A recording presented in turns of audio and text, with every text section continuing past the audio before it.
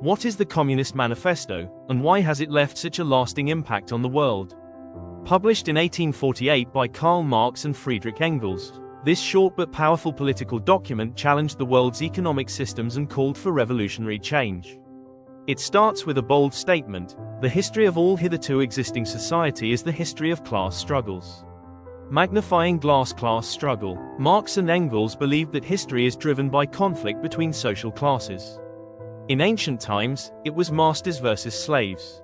In feudalism, it was lords versus peasants. And in modern capitalist society, the battle is between the bourgeoisie, those who own property, factories, and capital, and the proletariat, the working class who sell their labor to survive.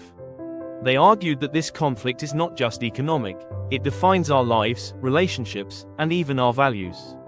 Money backed capitalism's power and problem. Marx actually admired some parts of capitalism. He said the bourgeoisie had revolutionized industry and changed the world faster than any other class in history. But he also saw its dark side. Workers were being exploited. Wages were low. Wealth was concentrated in the hands of a few. And human relationships were reduced to market transactions.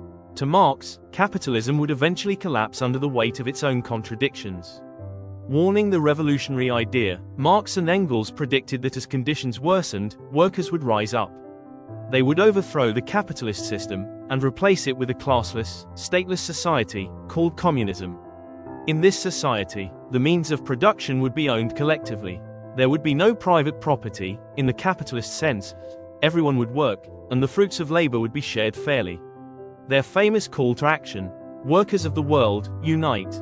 You have nothing to lose but your chains. Key points of the communist vision.